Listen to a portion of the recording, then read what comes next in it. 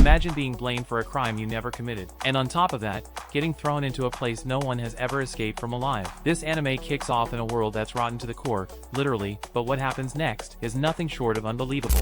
The anime kicks off in full chaos mode. We're shown the house of my freeloading brother-in-law who never lifts a finger. Right away, a little girl is bawling her eyes out because her stuffed bunny got shredded to bits. Her mom, channeling full-on Black Friday energy, just goes, "Toss that thing out, I'll get you another one later. Quit crying." Meanwhile, the city folks are having a literal dump party, tossing their trash like it's a high-end garbage fashion show. That's when a shady-looking guy in a hood shows up, looking like he walked straight out of an Eminem music video, just standing there, staring like he's definitely up to something. Later that night, another weirdo appears, and storms into a waste storage facility like he's heading to a buffet. He starts digging through the trash like a 5-star dumpster diver. But out of nowhere, a guard pulls up and goes full national exam security mode, hits the alarm and tries to stop the guy. The dude doesn't hesitate, he straight up hurls trash at the guards and bolts like he just dropped a banana peel in Mario Kart. The guards pull out their guns and start blasting, but our guy activates some budget magneto powers and stops the bullets midair like they're soap bubbles. Still, one bullet manages to hit him, but he's tough as nails and manages to escape just fine.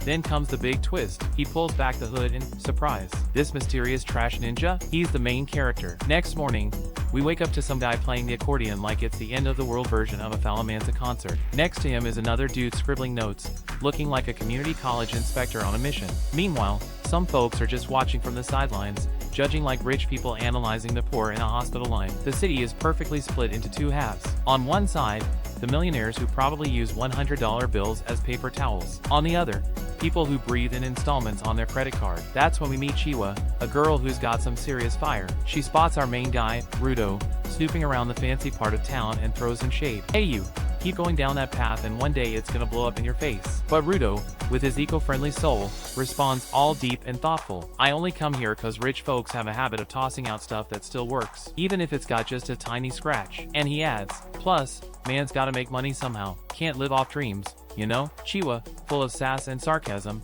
shoots back, "I think deep down, you're actually in love with the trash." Some punks show up messing with Chiwa. "Yo, girl, back away from that dude. He's dirtier than a gas station toilet. And worse, rumor has it he's the son of a killer. Bro, that stuff might be genetic." Rudo doesn't say a word. He just gives them that stare, the kind that says, blink, and you disappear. Honestly, if I were one of those kids, I'd have dipped out faster than 5G internet. They vanish, and Chiwa, standing her ground like a true friend, says, "I trust you, Rudo. You'd never hurt anyone. You're nothing like your father." Then, just when Rudo's about to pull off the cutest moment of the episode, giving Chiwa a brand new stuffed bunny, bam! Her mom pops up out of nowhere like an NPC with motion sensors. "Chiwa, get back home this instant." And just like that, she's dragged away into the distance by her mom. Then, guess who reappears? That mysterious guy from earlier who was scribbling in a notebook. His name? Rigto. Sounds like a cough syrup, looks like an anime mentor. He rolls up already clowning Rudo. Dang, couldn't even lock in a movie date with Chiwa, huh? And he's not done. Calls Rudo out for sneaking into the rich folks' penthouses. Rigto drops the truth bomb. Quick trying to play the hero. "Man, yeah, we're screwed, but we haven't hit rock bottom with free Wi-Fi just yet." Rudo replies, more serious now, "I mostly do this for you, Rigto. You helped me when everyone else acted like I didn't even exist." That's when Rigto notices Rudo's all beat up, looking like he went one-on-one with a cement mixer. So he steps in with some classic public healthcare first aid. After patching him up like a true SUS warrior, he finishes with the classic lecture. "And don't you dare sneak into the trash zone again, you lunatic. I'm watching you." But Rudo, in full anime protagonist mode, drops a line straight out of an opening theme. "These wounds? They're nothing compared to the ones my father left behind." And boom, the vibe shifts. Rigto explains how in this city, even the tiniest crime gets you the worst sentence possible. No trial, just instant death penalty, plus a one-way trip to the pit of despair. That's when we learn something heavy. Rudo's stylish gloves? They're not just for show in the trash zone. He wears them because his hands are dark, constantly in pain, like some mysterious anime curse. And of course, people never let it go. They mocked him for it constantly, like he chose to be born with mutant hands. That's when Rigto, the ultimate emotional recycling coach, handed Rudo a pair of gloves. Not just to hide his hands in dark mode, but also to ease the constant pain that burned him from the inside. And of course, Rigto drops a not-so-subtle hint. "Hey, better lock things down with Chiwa soon, bro, cause if you keep slacking, someone else is gonna shoot their shot." While the two are deep in this heartfelt bro chat, a hooded figure creeps nearby, lurking like a classic anime stalker. The next day,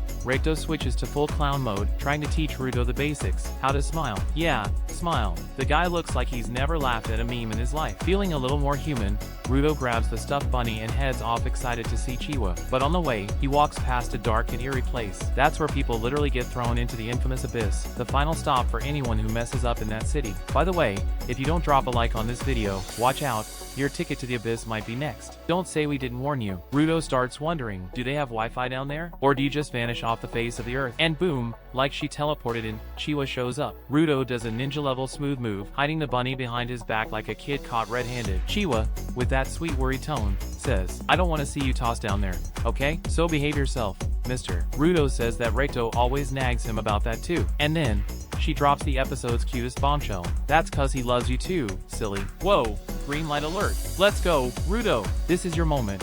Bro, he takes a deep breath, heart pounding, hands sweating like a microwave lid. And even though he's clearly dying of embarrassment, he finally gives her the bunny. Chiwa melts, like it's the best surprise gift she's ever gotten. And just when we think we're about to get the classic anime kiss, Ruto bolts. He sprints off like a maniac, face on fire from pure secondhand embarrassment. But he's not just running for nothing, he's rushing to tell Reito everything, bursting with pride. Only, bam! He runs straight into one of the city's officials. The problem? These people never show up in the poor part of town, aka the Junkyard District, which means something's about to go down, and the mood's about to get real heavy. Ruto bursts into the house, hyped up and ready to tell Reito he finally gave Chiwa the bunny. But instead of finding his buddy cracking jokes and acting like usual, bam! Standing there is the evil hooded guy, and Reito's already been skewered like a barbecue stick. He's still breathing, barely, but let's be honest, after a shish kebab to the chest, the clock's ticking. Ruto flips into full-on righteous beatdown mode and charges at the attacker. But the guy barely tries, dodges like it's nothing and knocks Ruto out like it's a tutorial on how to humiliate a level 1 protagonist. Then he just walks off, calm as ever, like an uncle who came by just to borrow a charger. With his last breath,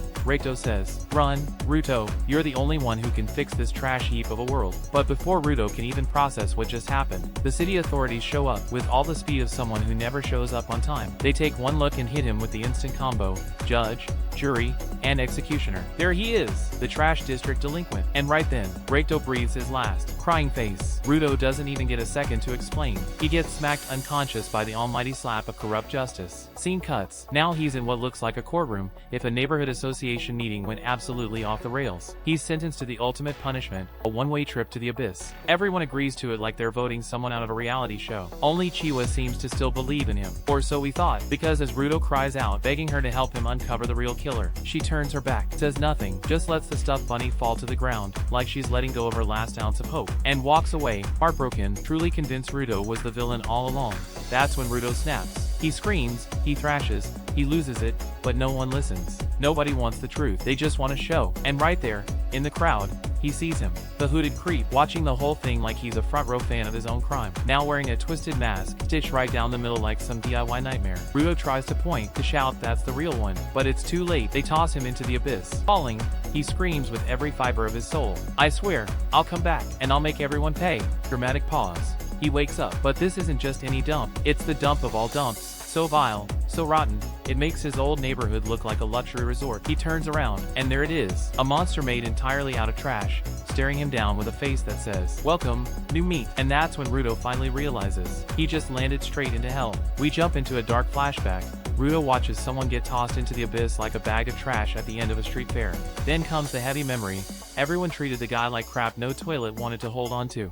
The camera zooms in on Ruto's face, classic anime rage mode, eyes full of tears and fury, like a soggy Sharingan. But Ruto ain't dumb. He bolts, because in this garbage world, even the wind seems out to trip you. The real problem? The monsters here show no mercy. Out of nowhere, a banana peel, bottle-capped Godzilla rises up, and of course, he didn't come alone. More jump beasts start closing in from every direction, trapping poor Ruto in a circle of doom. He runs with what little brain cells he's got left, but BAM, trips over a skull and immediately thinks, well, this is it. Guess I'm becoming a statistic today. He slips and rolls down a slope like wet soap, landing in a pit the creatures can't reach. But the place? Dude, it stinks so bad it's like someone locked gym socks and spoiled ham in a closet for a year. He literally spits out blood from the sheer disgust. That's right, death-flavored disgust. But no time to enjoy the aroma. The monsters are still lurking, trying to drag him back for the all-you-can-eat buffet. And then, classic anime moment, he remembers why he's here.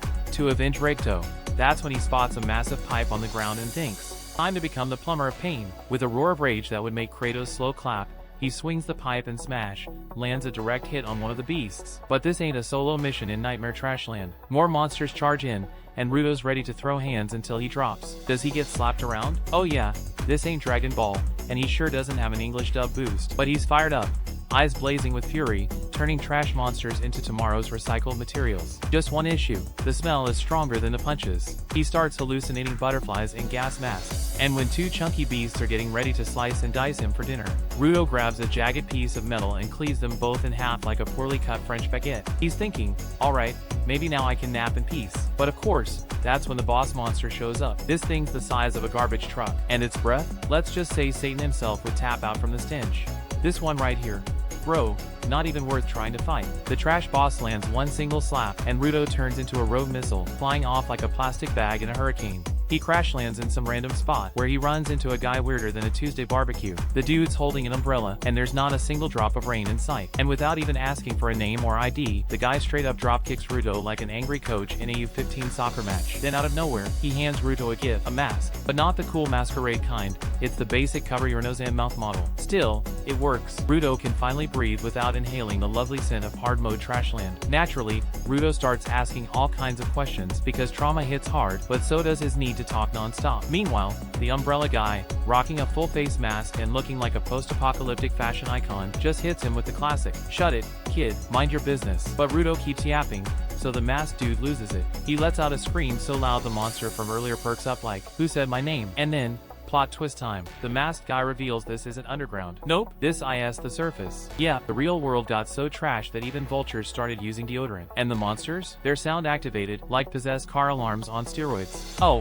and one more thing, you can't beat them with regular weapons. Only with style and deep-rooted rage. As he's laying down this explanation with the passion of someone who just missed the last bus, his umbrella suddenly catches fire. No reason, just spontaneous trash magic. And then, boom, it transforms into a monster-slaying umbrella of doom. He spins it like a cursed Beyblade, and in a second, the monster is toast, gone from the map. Moral of the story? This masked guy? He's no joke, my friends. Just like this channel, which only gets better with your like and subscription. Smiling face with sunglasses. But there's no time to celebrate. More monsters are showing up than people on Black Friday at a discount store. And the masked guy? Not even a little scared. He charges at the beasts like he's hunting achievements, collecting monsters like World Cup stickers. Except he's impaling every single one along the way. The boss monster even tries to fight back with a full-on tailed beast bomb, dumpster edition. But the masked warrior blocks it like it's nothing. He counters with a strike so vicious, even the monster had to think, "Yeah, I'm done." Ruto lands a clean shot right on the monster's head, and boom, it's not just gone, it's recyclable history. After a scene that epic,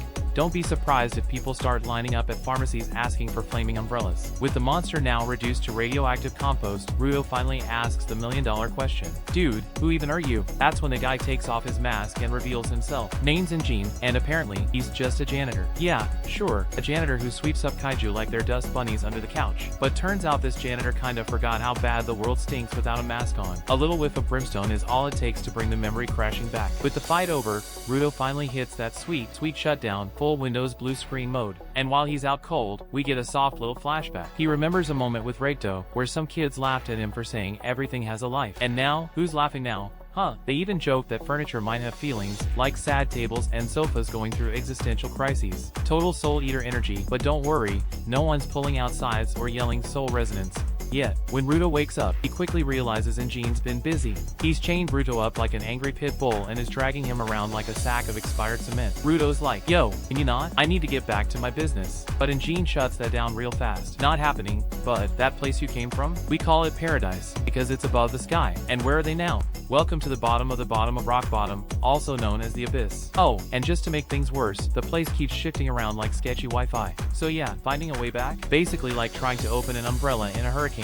But Ruto's locked in. He's going back no matter what, even if he has to break the whole world apart, because he has to get revenge on that backstabbing masked creep who took out Recto. And Gene sees that this kid won't shut up even with duct tape. So he figures, alright then, let's teach him the rules of this cursed dump. He grabs Ruto and drags him off to a real fun spot, an abandoned gas station that looks like a rejected Resident Evil backdrop. Seriously, only thing missing is a zombie asking for spare change at the ethanol pump. And Gene dips and leaves Ruto standing there all alone, in a scene that looks straight out of Silent Hill. But let's be real, he's not that alone. Out of nowhere, a group of dudes in gas masks show up, like some budget cosplay squad from the zombie apocalypse. They creep up slow, and Ruto blurts out that he's from paradise. That's it. Instant fan club activation. They start jumping around like soccer hooligans, screaming that he's a celestial. Like he just dropped from the heavens in holy anime form. Everything seems chill, until they toss him into the back of a truck like he's a discount sofa from Amazon Prime. Turns out, they're planning to sell him off. Bargain deal and everything. While poor Ruto's tied up, one of the lunatics starts explaining how the abyss works. Basically, it's a premium grade landfill.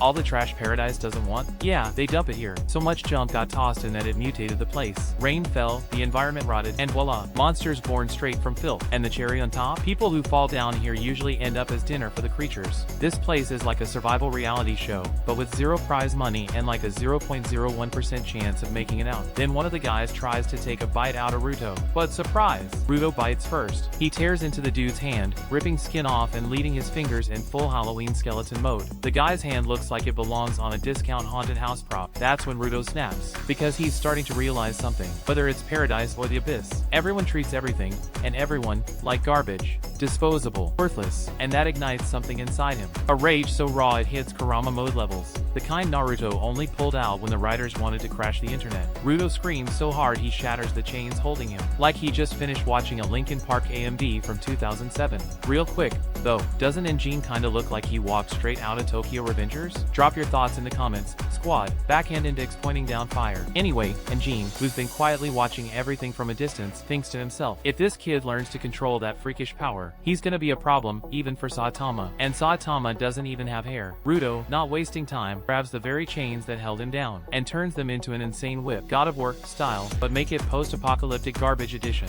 Now tell me in the comments, Bru, was that epic, or was that too epic? And Ruto? He wasn't playing around. The dude starts swinging around a car tire as a weapon. Yeah, a literal car tire, because when your rage hits maximum, even a hubcap becomes a legendary blade. Right as he's about to send the poor guy straight to heaven, no stops. And Gene, who's been chillin' in the corner like he's watching a live-action anime with popcorn, jumps in and grabs Ruto's arm, stops the grand finale and drops the classic line, alright, calm down, little Goku of the garbage heap. And the craziest part? Not even Ruto knows how he pulled any of that off. It was like, I got mad, turned into a busted OP character, and boom. That's when Injin explains. The whole thing was a test, just to see if Ruto really had some hidden power buried deep inside his soul, or maybe buried in the trash. Now the big question, is Injin the Kakashi of this story? He just needs to pull out a little romance book and strike a pose to complete the look. And Gene then says he's ready to reveal the full lore of the abyss, the chaos, the secrets, the monsters, the drama, maybe even how to make coffee using acid rain. But there's a catch. He'll only spill the beans if Ruto agrees to become a janitor of the trash realm too. A noble job, one that includes beating up monsters, inhaling stink, and yelling at strangers on the regular. Ruto instantly hits him with the classic, yeah, nah, I'm out. Thanks though. But come on, we all know how anime works. The script never lets anyone back out for long. And you, sitting there behind the screen, you're not gonna back out of watching the rest of this insane anime, are you? Of course not. So go ahead and subscribe, because Ruto's wild journey is just getting started. Thanks for watching. See you in the next episode of Trash Zone, the anime.